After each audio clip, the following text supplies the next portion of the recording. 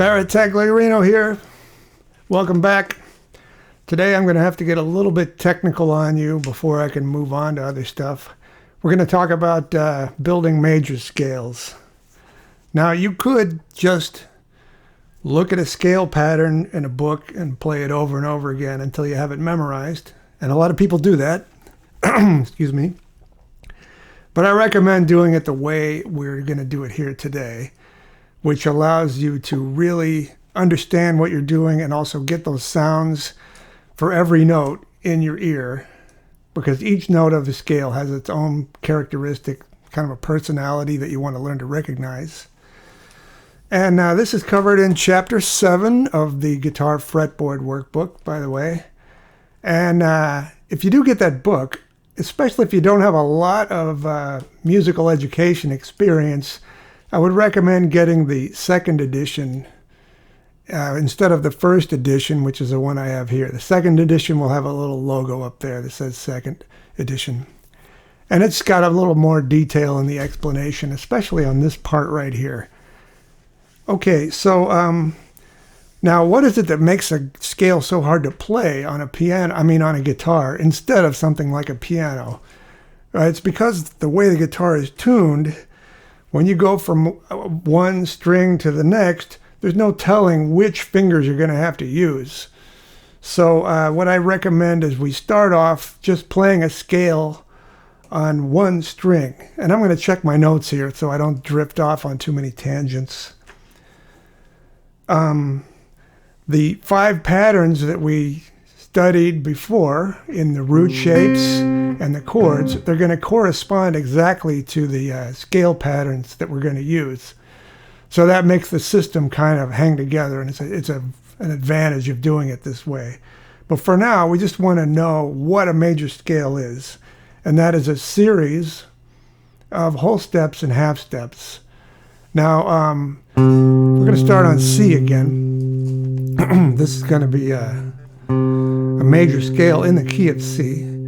And it's made up of whole steps and half steps. Now, a whole step is 2 frets, the distance of 2 frets, like that. And a half step, the distance of 1 fret. And if you don't move, that's 0 frets, and musically speaking, it's unison.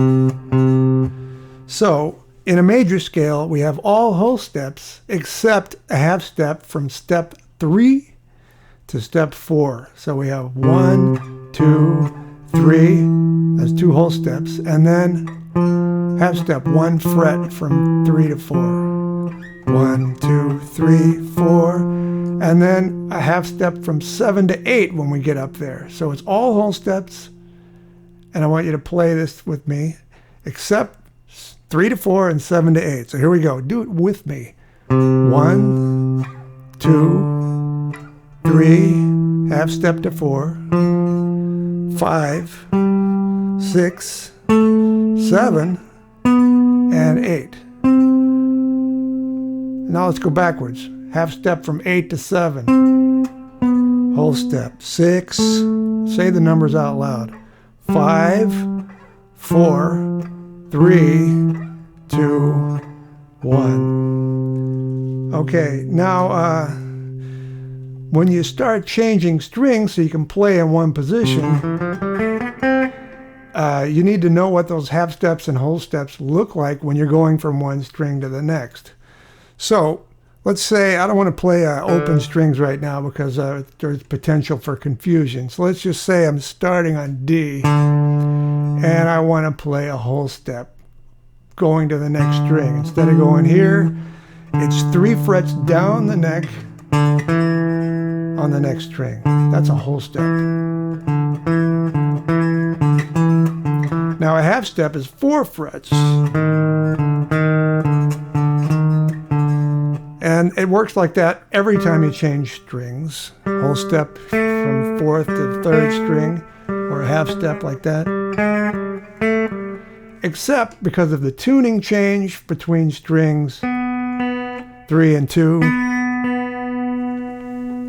And I'm going to accept that. It's only 2 frets for a whole step. So I'm going from C to D here. And it's only 2 frets down the fretboard. and a half step is 3 frets down. And when you get back to the first string, it reverts to the previous way, which is whole step looks like this, and a half step is 4 frets. Now, one of the advantages of the 5-pattern system is that all of the string changes are on the whole step instead of a half step, so we don't have to do those stretches. So let's play the C major scale in pattern 2, roots on 3 and string 5 in 3rd position.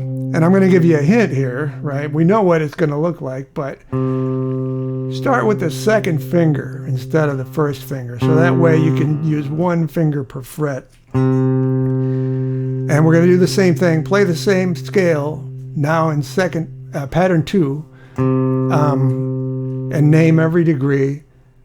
Half steps from 3 to 4 and 7 to 8.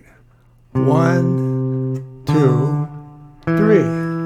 Okay, that's E on the 2nd fret of string 4. And now 3 to 4.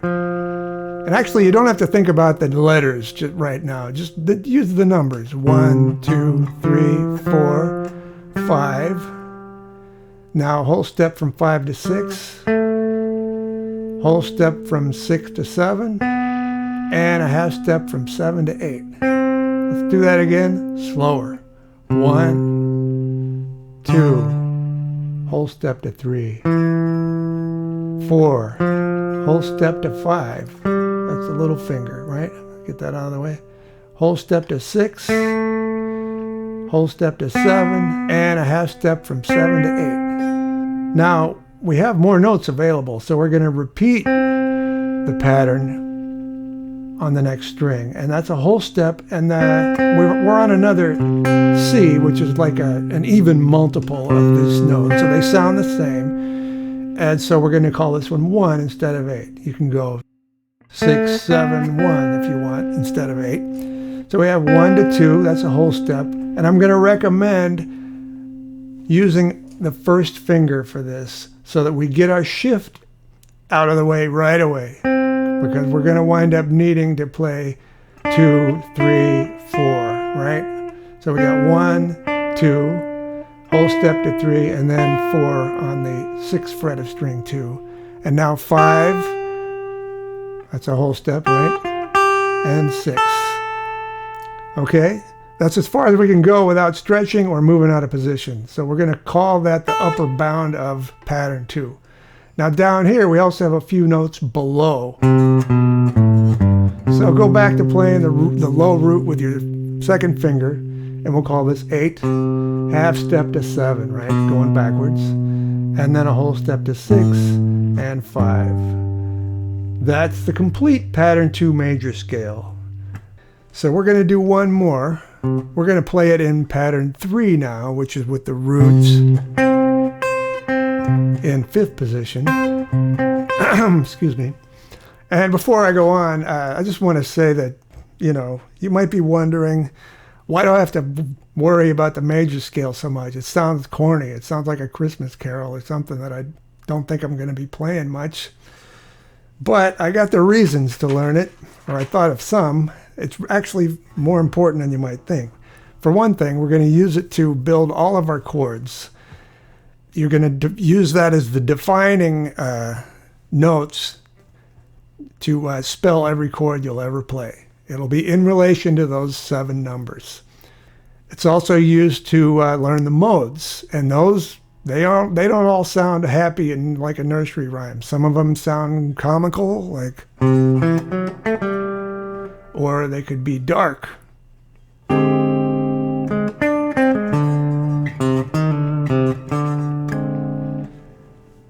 Or everything in between. So we really need to learn the major scale in order to facilitate that process, learn how to analyze and understand what key centers are and how to deal with those, and also learning harmonic variations on chords and progressions.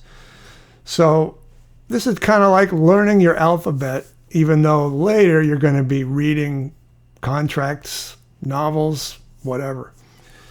So let's take a minute here and count up the C major scale in pattern 3. And again, this is chapter 7 of the Guitar Fretboard workbook.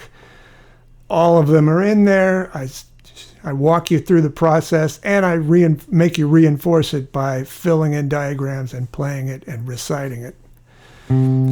So here you go. We're going to play the low root with the pinky. That's 1. Whole step to 2. That's on the 8th fret, by the way. Low C note. 2, 3, 4, 5. That's another whole step. 6. Now a whole step, we have to shift back. We don't want to have, some people do it that way. Some people play the 7th degree on the 4th string. I usually play it back here. So I have 5, 6, 7, 1, start over, 2, now a shift, whole step from 2 to 3. Again, I want to get that shift out of the way. So there's my 3, 4, 3 to 4, 5, 6, 7, 8. Now backwards, going down is just as important as going up. So 8, 7, 6, 5, 4, repeat after me, 3, 2, 1, 7, 6, 5, 4. Now you notice we had the backwards shift up, right? Coming down the scale. There's a little bit of fingering maneuvering going on there. So we have 8, 7, 6, 5, 4, 3, 2, 1. And kind of a, like I said, a technical lesson today. So let's keep it short. Thanks for your patience, and I'll see you next time.